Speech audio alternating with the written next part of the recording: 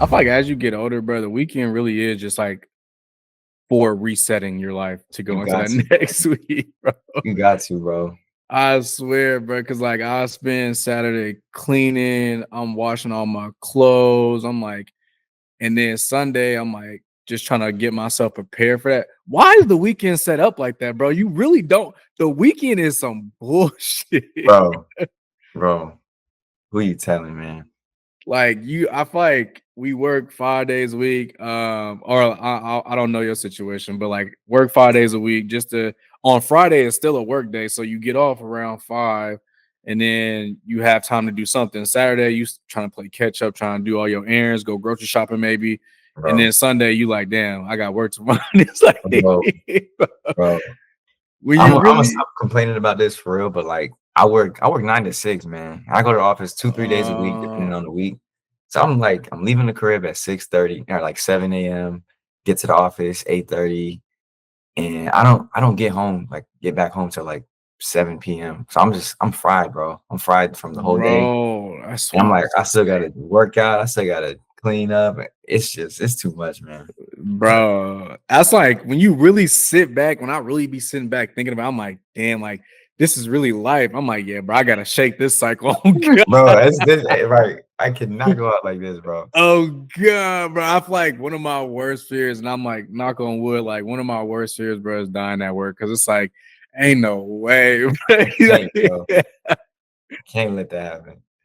You live in New York though, right? Yeah, I'm in Brooklyn. Okay, okay. How that's treating you? I feel like I've literally had since I started doing virtual call talks, I've probably had, I would say 50% of the people I've talked to live in New York.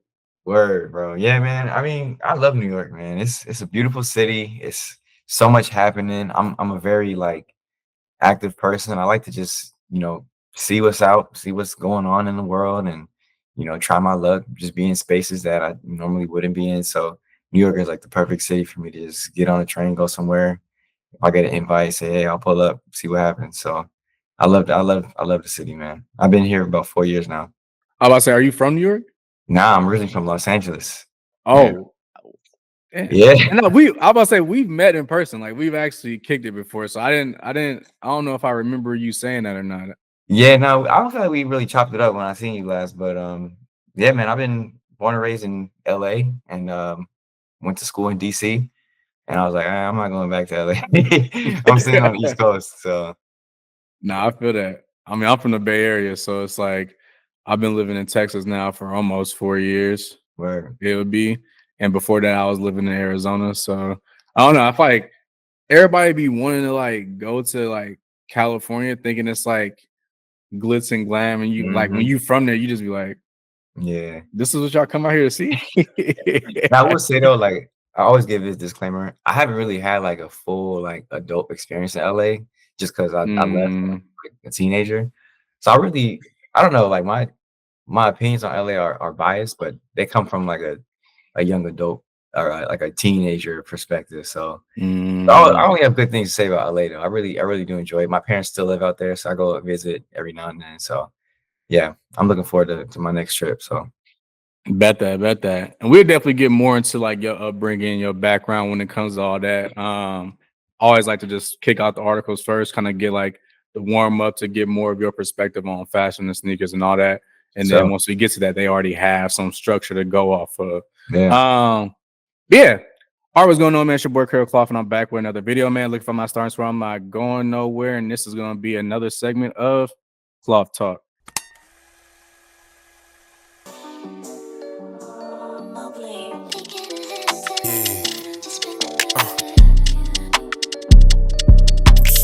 Now, again, Cloth Talk is just where I'm grabbing the article tires from Hypebeast Complex and start talking about sneakers and fashion. And I talk about those things and I bring people in here to have those same passions. But again, this is just like a homie meetup. Like I Yeah. feel like that's why I really like these Cloth Talks. Because again, I had the pleasure to actually kick it with you in Dallas when Abu, the owner of Juniverse Lab, had his pop-up.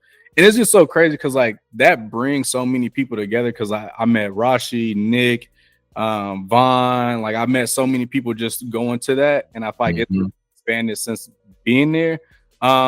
I mean, if you want to give yourself a quick introduction as well, but I feel like this don't really feel like I'm meeting you sometimes. Yeah, Sometimes yeah, I'm no, meeting people, but like this the homie. yeah. My God. Well, yeah, man. My name is Christopher Mikhail. I'm the owner, founder, creative director of Beloved From Now On, fashion label based out of Brooklyn, New York. And yeah, man, I love fashion. I love photography. Um, I love just world building and looking forward to doing more of that as the years goes on. So yeah, man. For surely, for surely. But let's go ahead and just jump straight into this first article. All right, so this article title reads KITH debuts a New Balance 204L this week. Now, as always, I try to use this as a guiding hand to kind of get more perspective on like sneakers. So, like, we both from California, but what I try to tell people, LA and the Bay Area are those could be two separate states, might as Yeah. well be like those are two different areas. So, like, Mhm. growing up in LA, like, what was like those main staple sneakers that you always seen somebody rocking? Man, it was Nike basketball. Honestly, like a lot of my friends, we all play basketball too. So LeBron 10s, LeBron 9s, Kobe 8s, KD 6s. When I was coming up, it was Nike basketball that was dominating. So um yeah, Nike at least basketball, socks. any like silhouettes in particular that you feel like that dominated? I, I 'Cause- I know I was rocking the Kobe's. I had, especially from being from LA, like everybody had Kobe's. And KD's was super popular too because they was a little more affordable. So everybody had the KD's, the little, little beater shoe. LeBron's not so much, kind of more of the big dudes rocking LeBron's, but no, I know like LeBron's was heat. yeah, man, yeah. But I feel like West Coast, I don't know, people were kind of more on that low top, kind of the Vans, uh, Mm, low profile kind of shoe. So I feel like the Kobe's kind of fit right in there, especially the whole LA culture with it. So yeah, that's what I was rocking. Vans, Kobe's. Oh, Supers too. I forgot about that. Supers like around 2014, 2015. Supras. Them I don't super think. high top, like super high top. I think they were skate shoes, skate lifestyle shoes. Let me see. Yeah, Oh wow. yeah.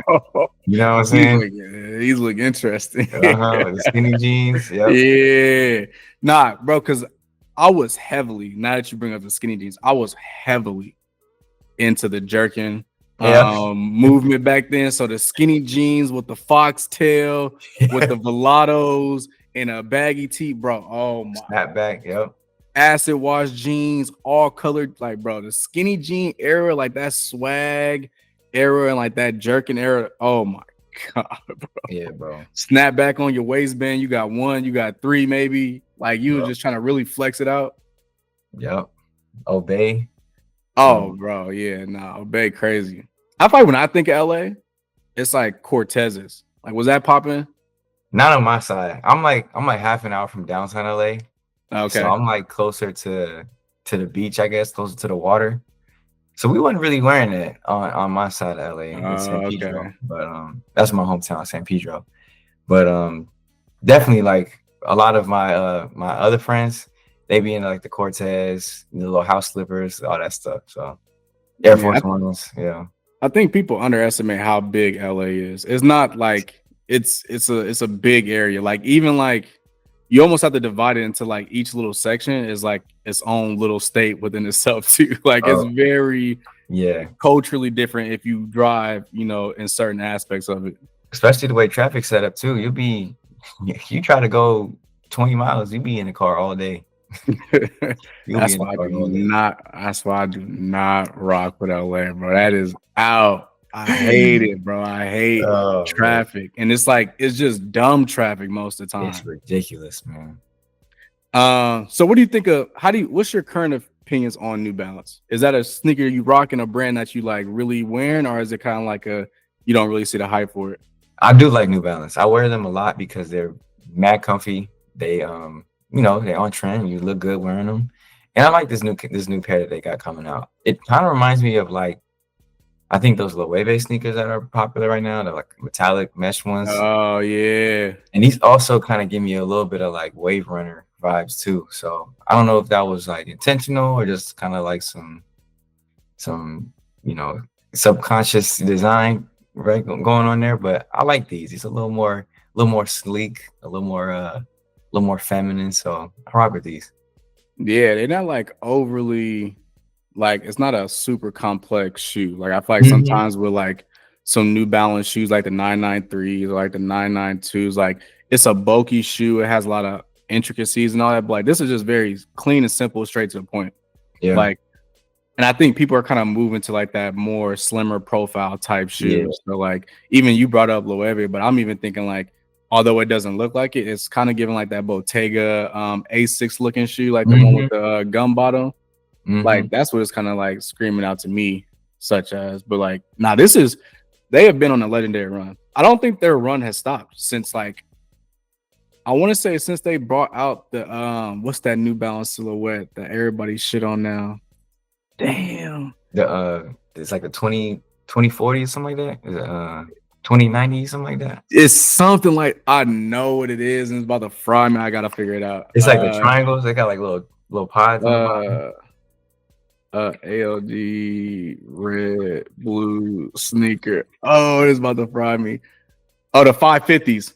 Oh yeah. Oh yeah. Nah, The for sure. 550s. Since that was like back in the pandemic. That was I like remember 2020. Yeah, when the craze was going. I don't think their run has stopped yet. Since bro. 2020, Yeah, they have been on a legendary run. Like they yeah. have dethroned Nike, which is just I would never, if you asked me in 2011, would Nike ever be dethroned? The question would Right, be like the answer would be no, bro. It's right. never happening. Like, and I've seen it happen in real time. People are opting out of wearing Jordan ones and getting New Balance silhouettes. People are opting out of Jordan ones, even getting Asics. Like, Yeah. it's just crazy the times we live in right now. Mhm. But these are gas though, and I Yeah, think man. they did a pack. Yeah, like these. This is my flavor right here. I Yeah. like a real like a pop of color. This orange is just crazy, bro. Uh-huh. And I like the blue ones. I The think blue that's ones, they feel like the most like they feel the most calm. Like it's yeah. very I would say subtle. I'm more of a muted guy. I like a Mm. lot of a calmer tone. So the blue, that's right up my alley. I like those. And I feel like it's just like, man, the only criticism I will give this shoe, and this is very traditionalist of me to say, I am not a fan of this lacing system. Mm. I am not a fan of this lacing system on any shoe. Oh yeah, I yeah. like just the standard crossover because I feel like you have more room to be creative with your lacing. And I Hmm. feel like with these, like you're just kind of deadlocked set. Cause like I feel if you. these pop off, you're done. You could, yeah. You're not doing, you can't do anything else. If these pop off, which they usually make these super rigid, but I've had it happen. Hmm. Once these are gone, they're gone and you can't get it back. Like Thanks. I That's am very traditionalist when it comes to lacing systems, and I feel like this lacing system never works for me. yeah. I never thought about that. I'm like, would you say you more so care about sneakers or fashion? Like, what in your opinion makes an outfit? Because usually people like the sneakers make it or the clothes make it. You don't really like. What's your take? This is such an interesting question because like that's how I got my start in fashion was through sneakers. So, but I Mm, find myself wearing less and less sneakers nowadays. I wear a lot of like loafers, derbies, Clarks, but I don't know, man. I really I'm at a crossroad right now because like I still love sneakers. I still have a passion for them, but I think I value the entire fit of how I look head to toe rather than just having like a fire pair of sneakers with like a white tee mm. and some jeans. You know what I'm saying? So like I don't know, man. I think my taste has evolved. So I'm gonna have to go with the whole fit now. But if you would ask me 3 years ago, I would have told you sneakers. Yeah, I feel like at every point we kind of just, well, not everyone, but I feel like even I had that moment where, like in 2023, I just stopped rocking sneakers. I was rocking Mhm, loafers, I was rocking a bunch of boots. Like I mhm, just did like the sneakers I saw. Like one, you couldn't get them, and if you tried to get them, you had to pay crazy resale for it. And then even the ones that like were a little bit more accessible, they weren't fly. So it's like I'm not mhm. about to get the weak shoes just because I couldn't get the better ones. So it's like I was like, I'm done, bro. And I went on like I got like I think at that time I had like 8 pairs of boots, and that's just unheard of for me. One, because I live in hot climates, But it was just unheard of for me to have multiple pairs of boots, and I just like got heavy into boots, start rocking a lot of loafers and stuff. So yeah, I feel you though. I feel like at one point in like, if you really like sneakers, you gonna be like, I'm cool right now. Yeah. That's like as you get older too, you just like, I got groceries to buy. Bro, and like you were saying, man, like I went to the raffle one time. If I don't get it, that's it, bro. Like I'm not finna chase these sneakers down. I'm not paying resale. Like that's it, bro. I don't need them that bad. Yeah. And especially like back then, it was a little bit more leeway because sneakers weren't dropping as much as they drop now. If you don't get a sneaker today, there's going to be another sneaker you see next week that's like, oh, that's the one I need. Like, right. you're not really missing out too much. There's not many times where I'm like, damn, I really missed out on that sneaker. And then New Balance will post something, I'm like, okay, there you go. Right, exactly. That's the replacement. 1 out of 5. What you giving it? These shoes to wrap it up. I give these a strong 4. I like these. Yeah, no, these solid. I want to see somebody like a Joe Freshgood take this silhouette and just do a crazy colorway. I would love to see you do like a tri-color or like some neon, like just something just to like really do like a real, like really send it there. Like these, I like these colors, but they're a little too safe for me. I like a little, I like a little pop of color. Well, this is a collab. So I seen something that they dropping. It just regular tan New Balances. So I don't know. You saying that get me a little worried. What do you think? Because I like the people I really like when I want like a really fire sneaker concept. I think of like a Salehi Bembury. Yeah, he uses crazy textures, colors that you wouldn't even think to like pair together. It's like that. I want to see that on this as well. I don't want to just see just a neutral olives, whites, tans. Like this is a good start, but I need like somebody to take this color here, make it purple, and then make this one yellow or something, like really just blow my mind with the way they brought the colors together. So I'm gonna give it this, honestly, bro. I'm gonna keep it real. It's like 4.5 for me. Like, this is a solid silhouette. I know I'm gonna get a pair of these. Yeah. Well, let's go ahead and jump into this next article. Netflix drops official Stranger Things 5 teaser trailer. Before we get into talking about this, what's like top 5 TV shows for you, or top 3? Let's say all time top 3. I don't even watch TV. Like I don't watch TV like that. People grill me for that, but there's a couple shows that I have watched. I see. I watched Snowfall all the way through. I really like that series. Damson is Fire. Great series, especially like LA in the 80s. That was a good fun watch.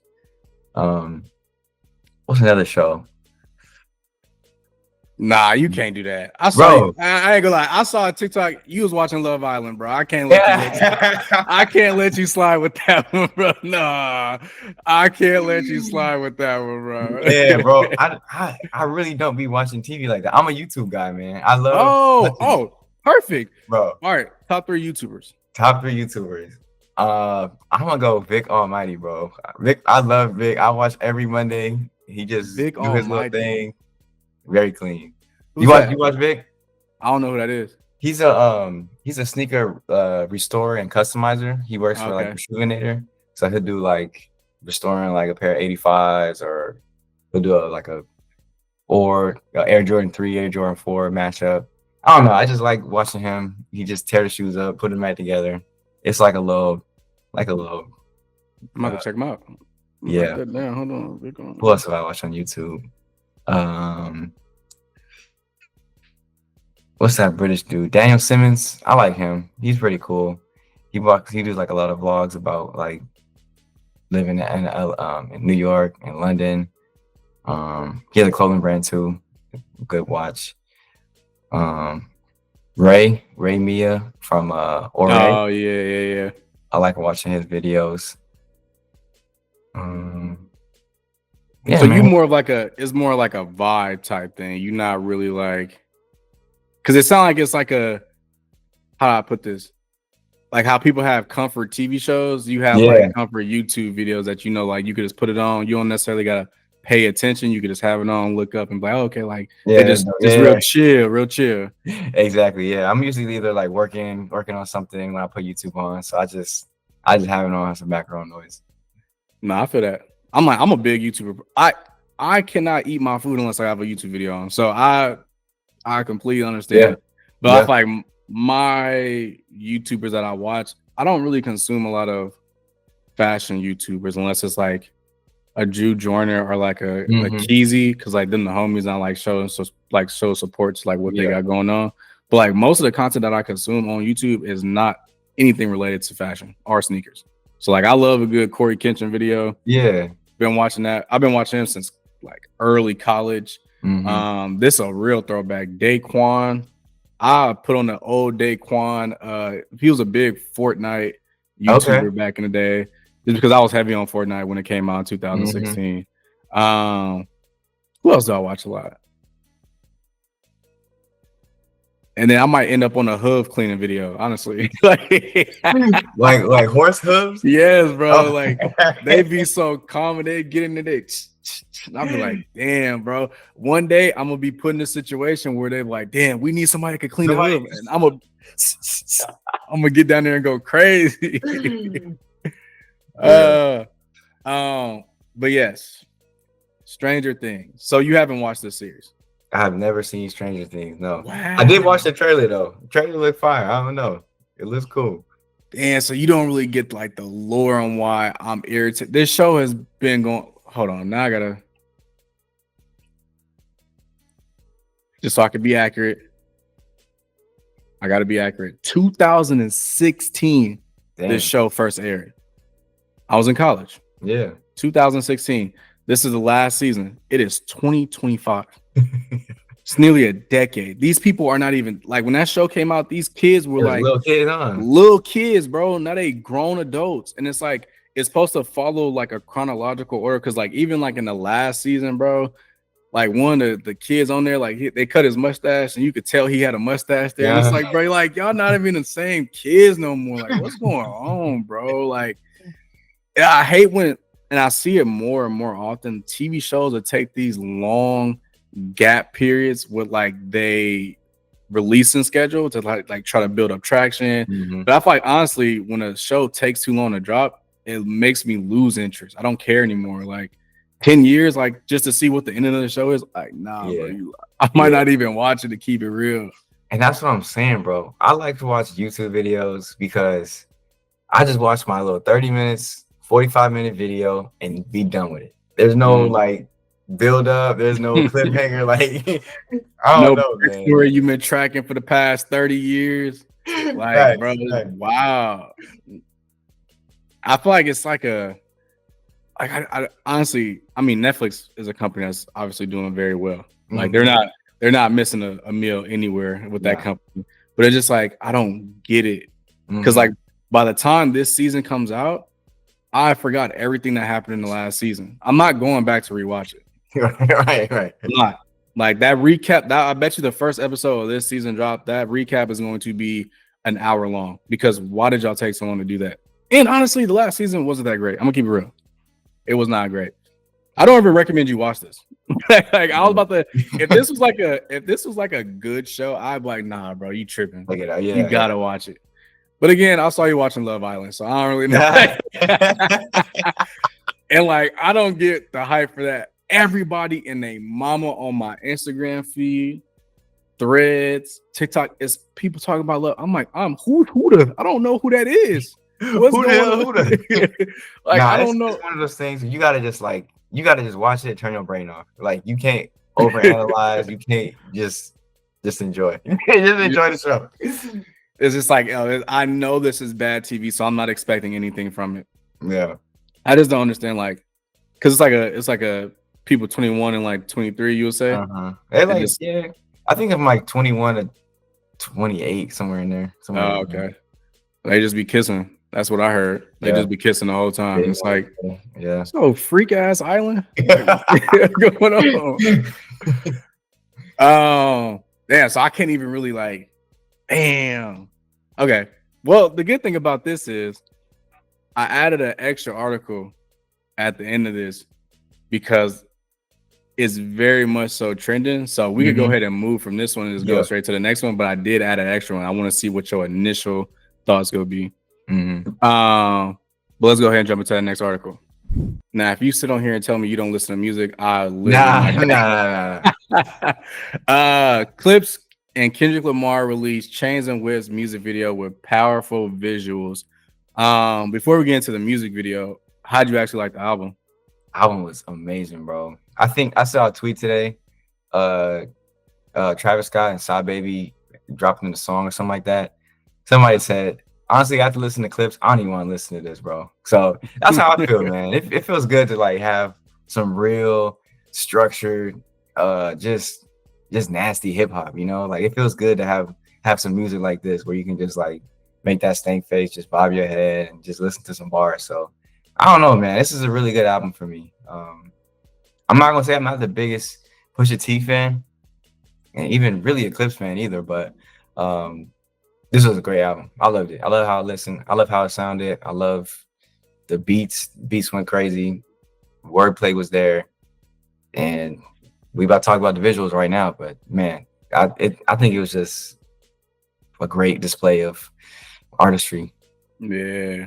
Who would you say then? Like who are getting the most plays in your phone, artist wise? Definitely Kendrick. Kendrick's Really? yeah. Okay. He definitely grew up in my top 5 over the past couple of years. Before that, I'm not gonna lie, it was a lot of Travis Scott. But you know, that's what you do when you in college, man. You gotta play a little Travis Scott. A lot of Kanye. Okay. R.I.P. Kanye West, but hey, we move. He made College Dropout though, bro. He did, man. He made Graduation, bro. Hey, bro, whenever I see that fucking comment on anything that's like controversial, what he says, and people like he made College Dropout, that should be at me weak, bro. Bro, man, it really is sad, but yeah. So Kendrick, Travis, Kanye. I like Smino a lot too. Smino. Okay, really, so vibe. Okay, yeah. Okay, yeah, I'll rock with that. That's my rotation right there. Yeah, I'll keep it real. So I may be the problem. I think I'm the issue with the music industry because honestly, if a song don't start off and somebody don't get shot in the first couple seconds, I'm probably gonna turn it off. Keep it real. If it don't start off, if the song does not start off with tires peeling off and gunshots letting up, I'm probably like, okay, cool. Turn the next song. Like I need the negativity because the only time I listen to music now at this point is if I'm in the gym. Mm-hmm. So like that's why it's not just because like every day I'm like, you know, I'm ready to kill some, but it's like in the gym, I need anger. I need like, I need that adrenaline from the music. And like, I tried to listen to this album in the gym. It's not happening. Really? It's not happening. I think it's a great gym album. Because like, it's like the bars, I'm not saying they're like too complex, but it's like, you like listening to it. Yeah, I'm listening. I just need to because most artists these days, bro, the beats are carrying you. So like most of the time when I'm listening to some of these artists, like I'm just listening to the beat. I'm not even hearing your words. Your words could literally just be screaming, and the beat is just so good that I'm like, okay, cool, like this is good music. But like with this, I'm like, what did he just say right there? That might have been a bar. Then I'm like checking my phone and go back. I'm like, I'm not even working out no more. I'm trying to read the lyrics. So but top artists of all time, like when I think of my top artists of all time, I like Nas is number 1, has been number 1 for a very long time. People may not like it, but J. Cole, number 2, off rip. Okay. J. Cole, like I don't like when he backed out the little, you know what I mean? I was like, come on, bro, you can't be doing this. Like you making me look bad. And like I think third would be Mos Def. Okay. I think people sleep on Mos Def. Even though he changed his name. Mos Def is one of the ones, like them older albums. So like I like this type of rap, but just like where I am in my life right now, I need negativity music. And like this isn't negative enough. Even though they talking about and they throwing shots, subliminals, it's not like I'm about to go kill you, bro. And it's like that's what I need. So visuals. The visuals is crazy. And this is why I think this is why Kendrick is so great at what he does, because he's not only taking the music and like the music has a powerful message, the visuals are pairing with that. And it's just like, it's telling a greater story from it all. It's like, deeper layers on it. And I didn't really, the crazy thing about it, when I initially watched it, I didn't even notice like Kendrick was not even in the music video. Yeah. Like they had people rapping his parts, and I knew he was in this song, but like Mhm. at his parts, there were other people rapping, and I feel like that almost was better than Kendrick being there actually rapping the bars himself. Yeah. But yeah, this I don't think I was a big Pusha T fan either, truthfully. I remember when him and Drake first beef, and he like, oh yeah, you got a kid, and you know, you had the blackface jumping, all that other stuff. But like, I don't think I've ever really listened to Pusha T's music. That's not to say like he's a bad artist, but he's never been in any rotation I've ever had. Yeah. My homie's from Virginia, so he's like a pretty big Pusha T fan. But I really like Daytona, that one that Ye produced. That's probably my favorite like Pusha T project. Well, it's like one of the only ones I listen to for real, but that's I like he's a great rapper. I like him. Yeah. Now he be rapping. So I saw a TikTok comment where it was like Pusha T rap like he's in a room with you, but you don't know where he's at. And I was like, that's actually because like he like sound like he talking to you. Right. And it's like, bro, whoa, is he like talking to me? Like, you're right. Like that Drewski meme when he like talking to me? Like, what the fuck? I was like, that's exactly like I couldn't put into words what like how he raps, but like when I saw that comment, I was like, exactly, that makes sense. Yeah. That makes sense. Do you feel any, and this is not about this music video at all, great music video, 10 out of 10. It kind of reminds me of Kendrick's that Kendrick video where he like in that room and it's just like, I forget what song it is, but it gives me that same vibe. But do you feel what? Do you know it? Were you gonna say it a hard part 5? Who like had all the different faces and everything? Nah, he like in that yellow room and Scrabble like, Up. Yeah, okay, yeah, that's one. That's the one. Yeah. That's what like this beginning part right here. It just kind of hold on. This beginning, okay, geez, this beginning part right here kind of remind me of that. Even though it's a different vibe. But do you feel any fatigue with this Drake and Kendrick thing? I feel like this thing happened early last year, and we are still talking about this. Like, I feel like it's like I feel fatigued from just hearing a headline about Drake or Kendrick at this point. Honestly, I don't. I've kind of like, I think, I don't feel fatigue about it because I've been kind of like on the victory lap with Kendrick. That's what it feels like, man. Like, I've been right there with him. Super Bowl, GNX tour, like it just feels like we all celebrating rather than like, you know, milking the beef at this point. Did you go to you went to the GNX tour? I did not go, man. You got one coming up in Mexico though. I'm trying to see if I can make that happen, but I didn't get to go, man. Yeah, it was like I don't go to many concerts because I'm a very paranoid person. I don't like people around me too much. I like to be able to know I can control something if something happened. And I find concerts just completely eliminate that. But that's the first concert I've been to, and I can't say I went to Broadway. So I don't go so often, basically. And when I went to that concert, I was like, this is fire. Yeah, this is crazy. Like that is definitely one of those concerts for sure. So if you can go. Yeah. He's watching right now. Hey, Kendrick, bro. Hook him up, bro. Right. I got you, bro. I got you. But yeah, I just feel a slight fatigue of it. Cause I just like it's been going on for too long. And it's like, had it just stayed a beef, it would have been cool, but it was like lawsuits coming, music videos dropping, tour, and the Super Bowl was fire, but it's like I feel like it's like I hear you. Let's do that. Let's do that next thing now. Let's do that next thing. Like I can't hear Not Like Us anymore. I just genuinely after all the TikToks and all the like I heard it in concert. I hear it like it's too much, bro. Like I hear you. That's not a song I'm playing every day, but I definitely feel you with that, man. But when I do hear it though, like when I heard it at the concert, I was like, oh, right. In the right setting, you know, I turn up in the right setting. Yeah, I drink out the carton, bro. Yeah, it's my house. It's my house. I couldn't do this when I was younger, bro. All right, so I do got this extra article that, I mean, unless you've been living under a rock, I know you have seen something about this. Astronomer CEO Andy Byron placed on leave following Coldplay cheating scandal. Damn.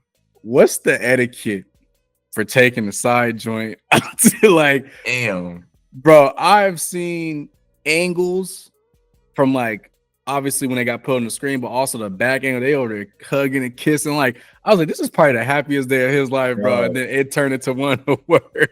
Bro. That's a bad look for real. That's a bad.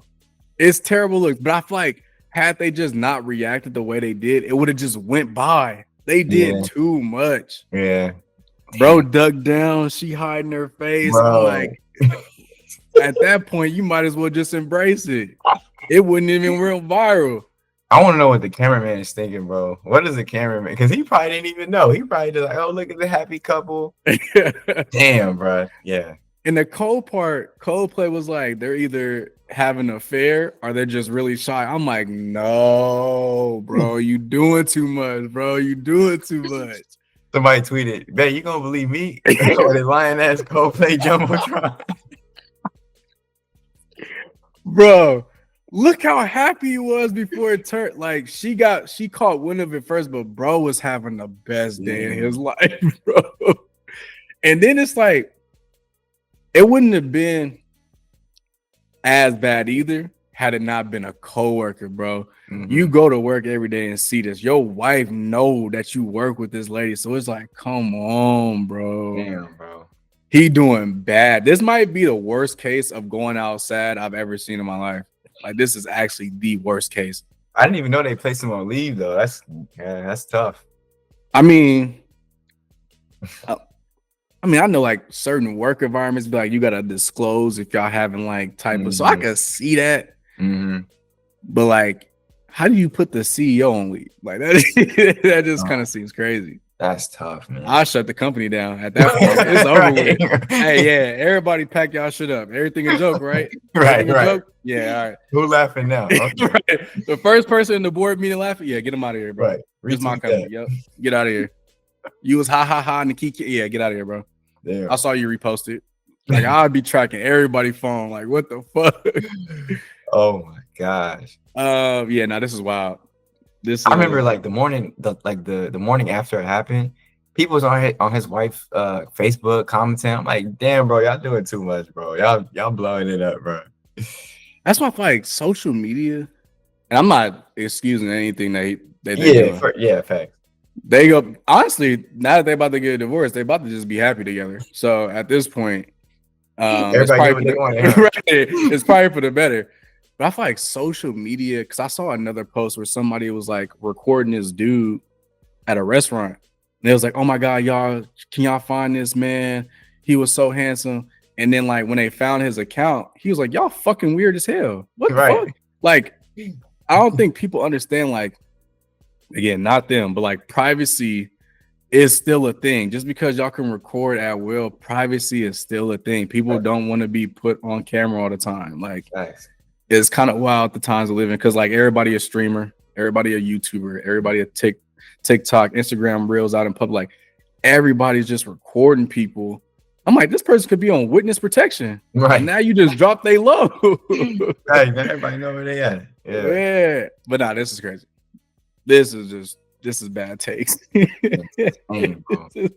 is bad takes. All right, cool. Let's go wrap up the article.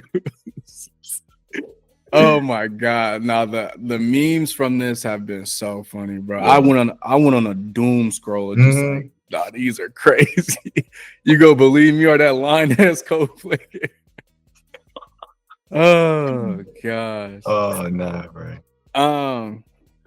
So now that we at this point of it, because I definitely want to, we didn't talk about this when I was in Dallas. So this is gonna be the first time I ever hear some of the information that you have on it. So like, where does your passion for clothes come from? Like, what was like that point in your life where you was like, this is what I want to do, or this is what I'm going to do?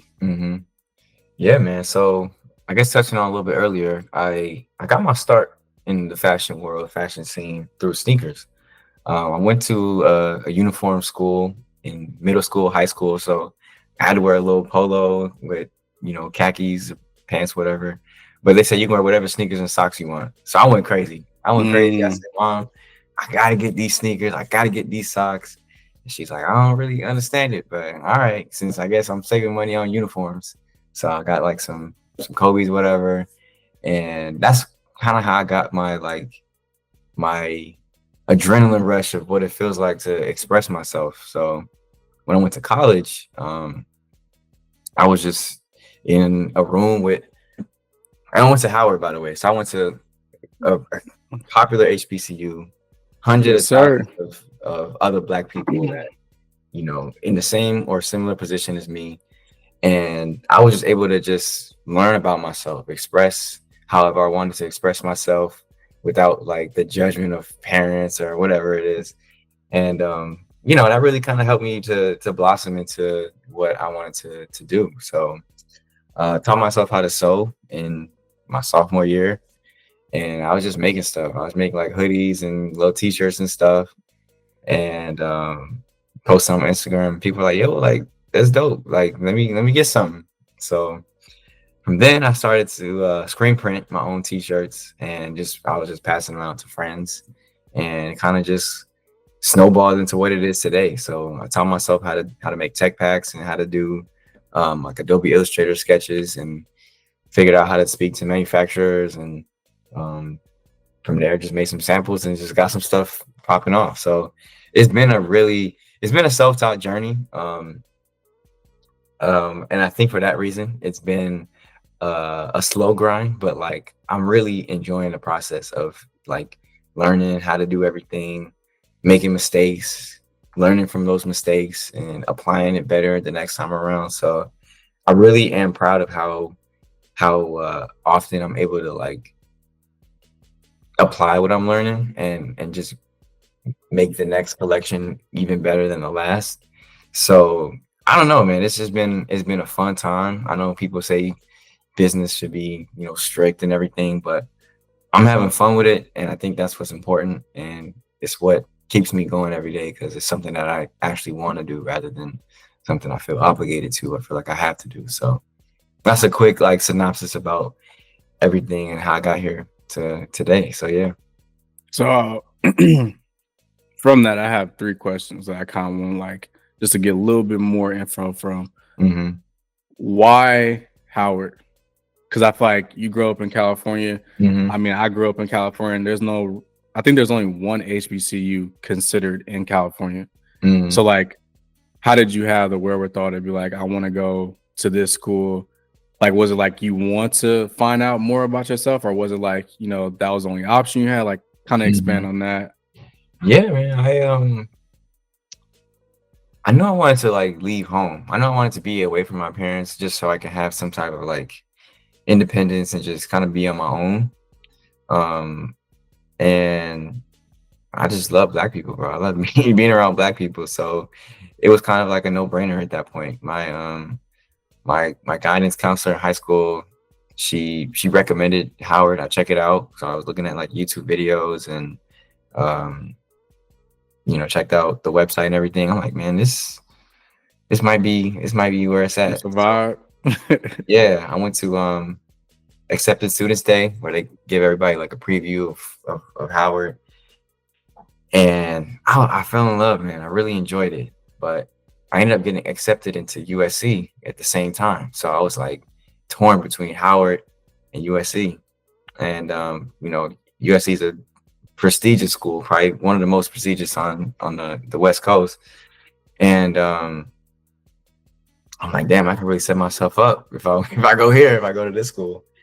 And it wasn't until my history teacher he let me know. He said, and this is a white male who also graduated from USC. He said, if you want to improve your life and develop your career, all that stuff, go to USC. Great alumni network, like you'll be fine there. But if you want to like develop your community, if you want to give back and just grow as not only yourself, but as grow a part of something, go to Howard. So that really kind of like opened my eyes to like just how big the world is, you know, because I had never lived anywhere else. I was always in LA. So I was like, you know what, that makes a lot of sense. So I took that chance and didn't look back. And honestly, it was a good decision. It was the right one. So Yeah. I feel like everybody should move away from home just to yeah. experience it. Like when you leave and you don't have that stability of like, I'm gonna go back to mom's crib or I'm gonna go back to my pop's crib, going like I'm gonna kick it with the same group of friends I've been kicking it. When you leave and you just somewhere it forces you to like you have to be social. Gotta figure it out. You have to step out of your like your normal boundaries. Like you have to put yourself out there. So like when I moved from California and I went to Arizona, I was like, what the fuck? Yeah. And then you encounter so many people from different states, and then you like learn how other people live in. You get more depth to you than had you just stayed where you was at. Definitely. The second question I have for you is, how does someone self-teach how to sew? Because I took a sewing class. That shit ain't easy, bro. Even just to get the thread through a sewing machine, it's like 30 minutes, bro. So was it like YouTube video or somebody like you University, man? I'm telling you. But my mom she's also a part of the sewing ministry at my church back home. So they would get together like every other Saturday, just sew like pillowcases or other small projects. So one time I went in there, I was just watching them, and I was like, I could do this. So I was just like, let me borrow your sewing machine, mom, and then went from there. Okay. Last question. Did you go to school for something surrounding fashion, or just like did you venture off with what you were learning? So yeah, I went to Howard. I graduated in international business, and around my sophomore year, I actually wanted to transfer to the School of Fine Arts for a fashion degree, but it was just a whole mess between like credits and everything. So it was a smart decision to just stick with business and finish it out, and then kind of supplement everything else through like online courses or whatever. But long story short, I did not get a fashion degree, but I did graduate with business. So everything else I kind of just picked up along the way. Okay. So we are now here to talk about your brand. And I was gonna rock the whole ensemble again, but I rocked it in the last one. And I feel like that'd just be too crazy to do two back to back with the same fit on. But I'll just say off the rip, the shape of the shirt, fire. That shape of it is, and I feel like that's what's most important to me when it comes to clothes. Because I have a short torso and most things don't fit me. The shape on it, fire. The hat is actually in my rotation consistently. So what does your brand Be Love from now on mean to you? But also like, what do you want people to know about it? Coming straight from you as a source. Yeah. So this is honestly, it's like an idea that just keeps developing and keeps uncovering layers as I progress and grow older and all that stuff. But I'll break down the name first, and then we'll talk about the meaning. I believe that love is the most powerful force that humans can experience on this earth, and to call someone beloved is to personify that feeling. So it's really like a proclamation. It's like a statement saying you are loved, and I will address you as such. So that's the first part of the name, beloved. And then there's a period right after the first word, which means like period. Like no ifs, ands, or buts about it. You are loved. There's no dispute in that. Like that's just a fact. And then the back half of it, from now on, that means despite any past mistakes, any hiccups in life, you are redeemable. You are worthy of being loved again. And it's important to really to know that. So putting it all together, you are a unstoppable force that you are worthy of love from this point forward. Essentially, that's what the name of Beloved from now on means. And what the brand stands for, I really wanted to tell the story of, not just being overly positive about life and just ignoring the bad, but being equipped to experience the bad, because it's inevitable. It's gonna come. There's gonna be some rough moments in life where you just don't know what's gonna happen. You don't know, you know, how you gonna make ends meet. You don't know how you gonna get through the situation. But I want people to know that they have all the tools to get through. They have all the tools to get through their situation. So that's what the whole Love Soldier motif and collection is about. It's just equipping people, like putting people in the right position, in the right mind frame, and giving them essentially armor to, overcome anything that comes their way. So I wanted to have a positive brand, but I wanted to be realistic. I didn't want to turn people away from being overly, just like too happy. You know what I'm saying? Like Yeah. I didn't want to seem unrealistic, but I did want to speak on like the optimism of everything. Like you can do this. You got this. So that's what the brand means to me. Yeah, it's almost like I don't want to speak for you, but it's like seeing the good and the bad. Because I feel like sometimes people overly index on the bad, and it's Yeah, like yeah, without ever seeing the good in it. And it's like, although a situation could be bad, it's like, okay, so what's like, because I feel like personally in my own life, if I'm going through something, like my car broke down hmm, and I go to the shop and it's all this money to even get it fixed. And I'm just like, okay. And like in moments like that, I try to laugh at something. I'm like, yeah, I need to laugh at something to break up all this tension, break up all yeah. this negativity real quick. Like, what's something I can look at on my phone, think about something. I'll be like, damn, had I been in the car still, I might have gotten an accident. So it's like maybe it's something Exactly. stopping. It's like, just trying to see the good in the bad situation. Like I've been trying to put myself in that type of mindset Yeah, lately. So that's how I optimism. perceived it.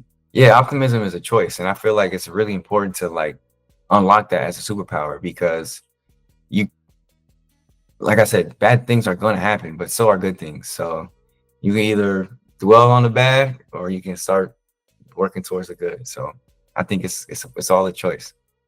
Yeah, for sure, for sure. I rock with that. I thought it was more so, um, like the name of it. I thought it was more so came from like biblical, Yeah, or is that actually a piece of it?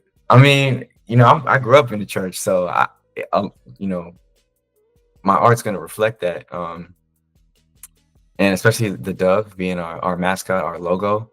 There's a lot of biblical ties there. Um, and I'm still exploring that. I like the idea of having those ties to the Bible, especially beloved is a word that's used in the Bible a lot.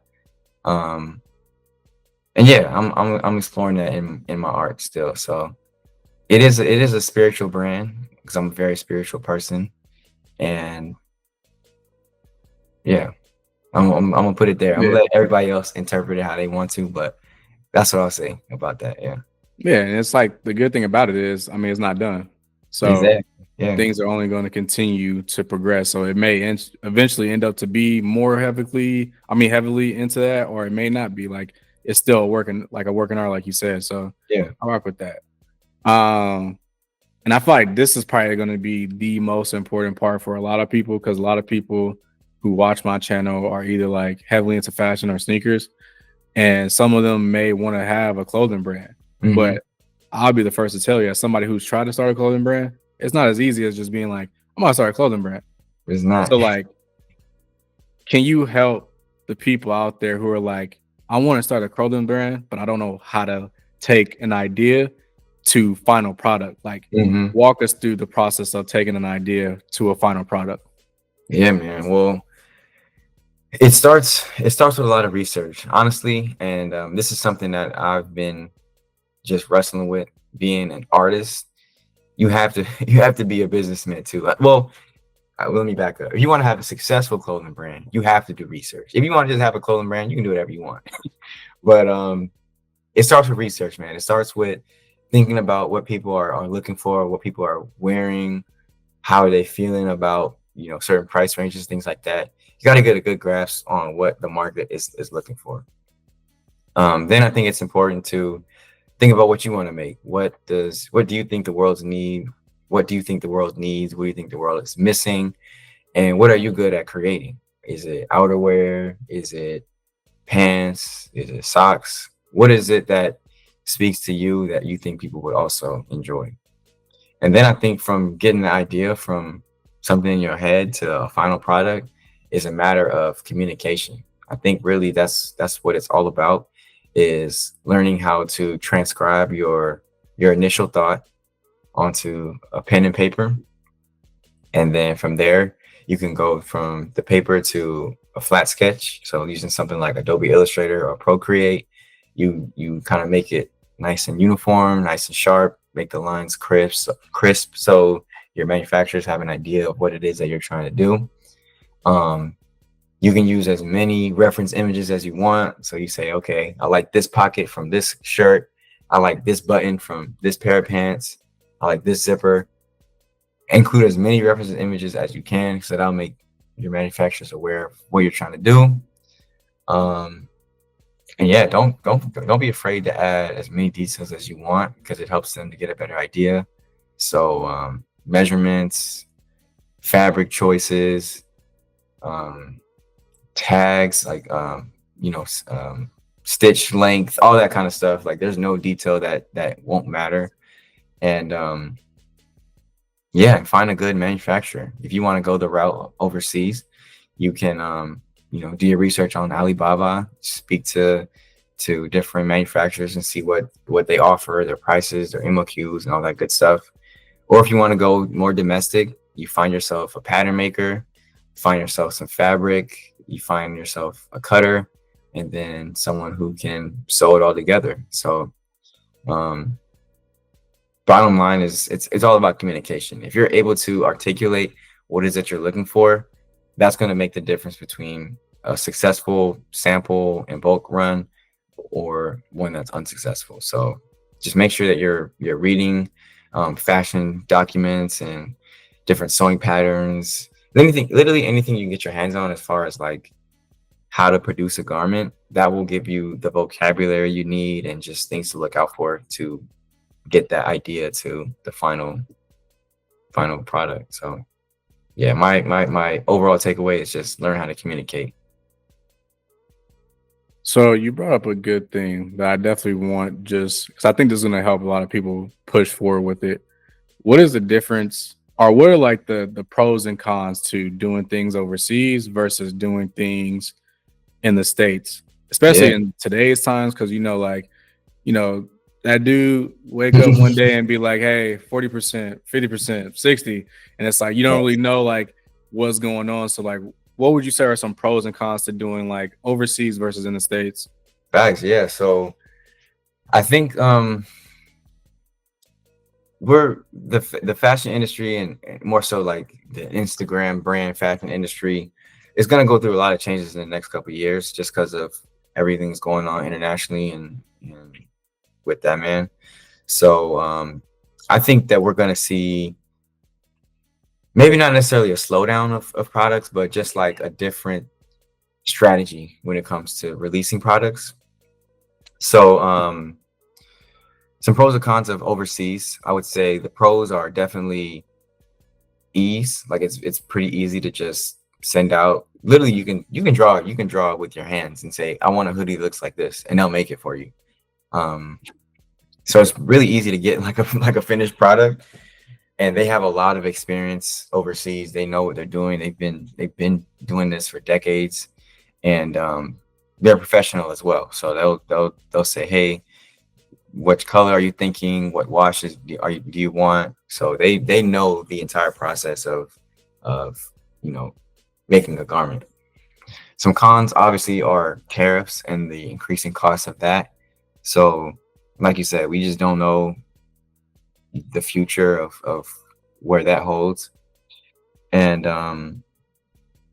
also language barrier, like some manufacturers don't really speak English, so they'll literally put your words into a translator, and then they'll just assume what you said is what they're reading, and you'll come up with something completely different than what you said, and you get your clothes back and you're like, damn, this does not fit. So it's there are obviously workarounds for that, but like it's just something to keep in mind. And I'll say pros and cons of domestic manufacturing. Pros is no shipping. So you can literally walk down the street and get your stuff or wherever you live. Um, you can visit the factory in most cases, so you can say, hey, I don't like how this looks. Hey, what can you do for this? Like, you have that hands-on with your manufacturer. um Cons, definitely, it's going to be more expensive. Most cases it's going to Yeah, cost you a lot more, there we go. just with yeah, getting things manufactured in New York City, LA, other big cities. And my experience with domestic manufacturing, they want a lot of, they either want a lot of quantity, or you have to like break up the manufacturing process. So if you go to someone, say, hey, here's my pattern, can you make this? They'll say, okay, yeah, go get us the fabric, go find someone to cut it, and then we'll assemble it. And you're like, well, damn, that's 3 more people I got to pay for the same garment. Or you can go to someone that does everything and they'll give you a pretty hefty bill. So it just really depends on your quantities, the intricacy of your garments, and yeah, what your end goal is. So everyone's goals are going to be different. So you really got to figure out what is going to be the best way for you to move forward. But I think people should just kind of start making their own clothes first, so they know if they even want to do it or not. And if they figure that they still want to do that, then you know, you can go either domestic route, say, hey, I have my pattern, I have my pieces cut out, I just need you to assemble it, and then they'll take care of it. Or go to the international route and say, hey, here's my tech pack, let me know how much it costs, and then they'll figure everything else out. So it goes both ways. Yeah, bro. Nah, I tried to get a shirt done in the US. I feel like every time I talked to her, she was stealing me a bill. Yeah.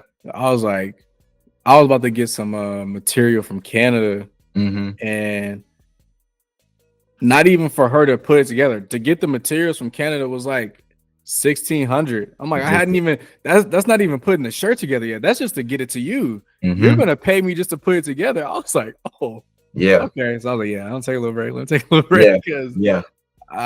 that's too much, bro. I got bills. Mm-hmm. I got real bills. Yep.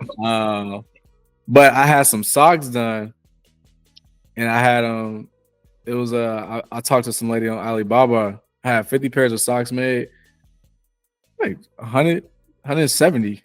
Yeah. So it's like, Tipped. Yeah. but that language barrier is real, because they sent Mm-hmm. me some stuff that wasn't even what I wanted. Oh, So see, like, yeah. the matching sock to the sock that I needed wasn't like, they weren't all consistent. So like 15s of the pairs of the 50 were messed up. Yeah. So it's Yeah. like, come on, y'all, like, Yeah. what y'all doing? But Yeah. I think everything you said is something to, I haven't done things on mass scale. I've experienced though. Like the language Mm-hmm. barrier on Alibaba is real. It's Mm-hmm. real. And plus they be hitting you up because it's a time zone difference. It'd be crazy late in the day. And if you don't get back to them on time, just because of the time difference, you won't hear back into that next day. So like, you really Exactly. want to be up when they up, so you know what's Exactly. going on. So Exactly. Yeah. it's real. And I feel like this question, the last question that I have for you has kind of already been answered to some degree, but like, as somebody out there in the world who's trying to aspire to start their own brand, like, what are like some pro tips to, like, through your process that you've learned, and be like, damn, had I just known this, Mm-hmm. I could have bypassed this. Like, is there any pro tips you could give to somebody out there that's trying to start their own brand? I say take your time, for real, man. I find myself rushing a lot. I think that I expect myself to, be at a certain point of my clothing journey, or, just expect certain results. But I just realized I gotta take my time. I really gotta enjoy the process. And I know how painful that statement is, but you really have to, you really gotta go through all the problems of running a clothing brand. Otherwise it's not gonna last, you know what I'm saying? So I think if I could do it over again, I would just take my time and be a lot more patient with myself, be a lot more patient with the art, and really let it speak to me, rather than just put something out just because I got a lot of comments on a post or something, you know what I'm saying? So I think it would really it would benefit a lot of beginners to say, you know, take your time developing like one good piece. Just think about what it is that you want to say and put all you can into it, you know. And if it don't work out, keep going. Because it might not work out. But if you really feel like you're called to it and you keep waking up thinking about how you can improve and what you can do next, just keep going. Like, don't let anything stop you. And I know it's like really cliche and people always say, oh, don't give up, don't give up. But like, it's true, man. Like, you can't give up. You got to just hang on. You got to just keep going, keep fighting. And you'll make it out. You'll make it out. So that's my advice. Just take your time and don't stop. No, that's real. I mean, it's something that I definitely hate hearing. It's like in due time, everything gonna work out, baby. I promise. Yeah. It's like, oh my God, I needed to work today. Right. I need to work yesterday. Right. Oh God. Right. Because these bills not taking any time. They keep calling me about them student loans, gang. I'd be like, hold on, big bro. I ain't got it, big bro. You gotta give me some time, big bro. Right. That should be dangerous. Yeah. I guess like a question on the fly, just to like really bring it home, like you know, because in some degree, being a brand owner and making clothes, you have to kind of think in the future. So like, what is the future for your brand? Like, what do you see down the line? Like, if you're manifesting, what is going to be in like in the next 5 to 10 years? That's awesome, man. Yeah, I love thinking about that. But I'm thinking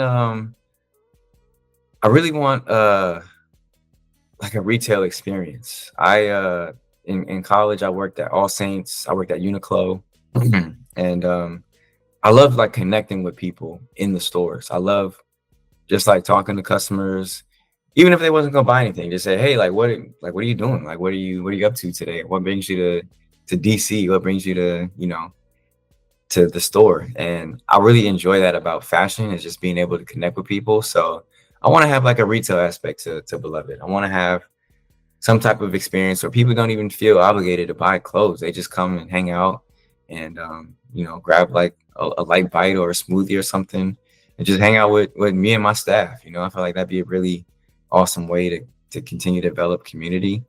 And yeah, I could see something like that in Brooklyn in the next 5 years, next 5-10 years. And beyond that, I just want to keep making good clothes, keep telling really awesome stories, and yeah, making people feeling encouraged from wearing cotton and you know, screen print to design. So that's really I don't ever take for granted like what it feels like to make somebody's day when they say like, yo, your brand really helped me out, or like I really resonate with what you're doing. So it feels good to connect with people, man. That's what I hope the future holds for me, is more connections, more interactions, and just building on the foundation of what I've already built.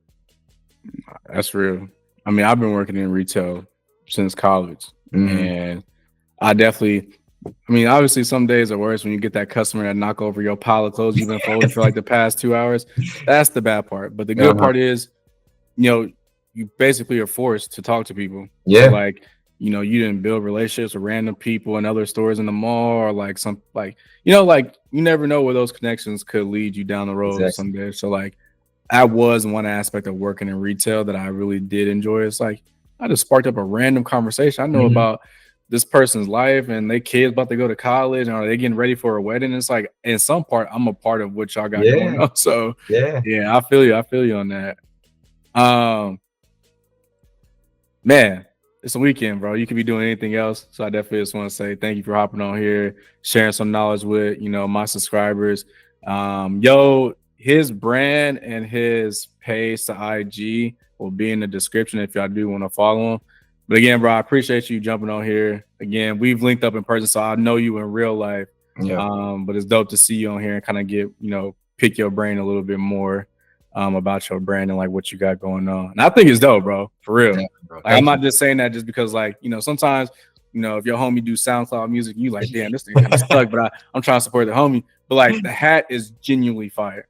Thank and you, the bro. shape of the jersey is actually fire. So like when people are doing good things, I think it's important to tell them that they're doing good shit. Like Appreciate you it, actually are doing good shit. bro. Yes, sir. But yeah, man, without further ado, like I always do, I will catch y'all in that next one. But I love the way you work it. Hey, I love the way you work it for me.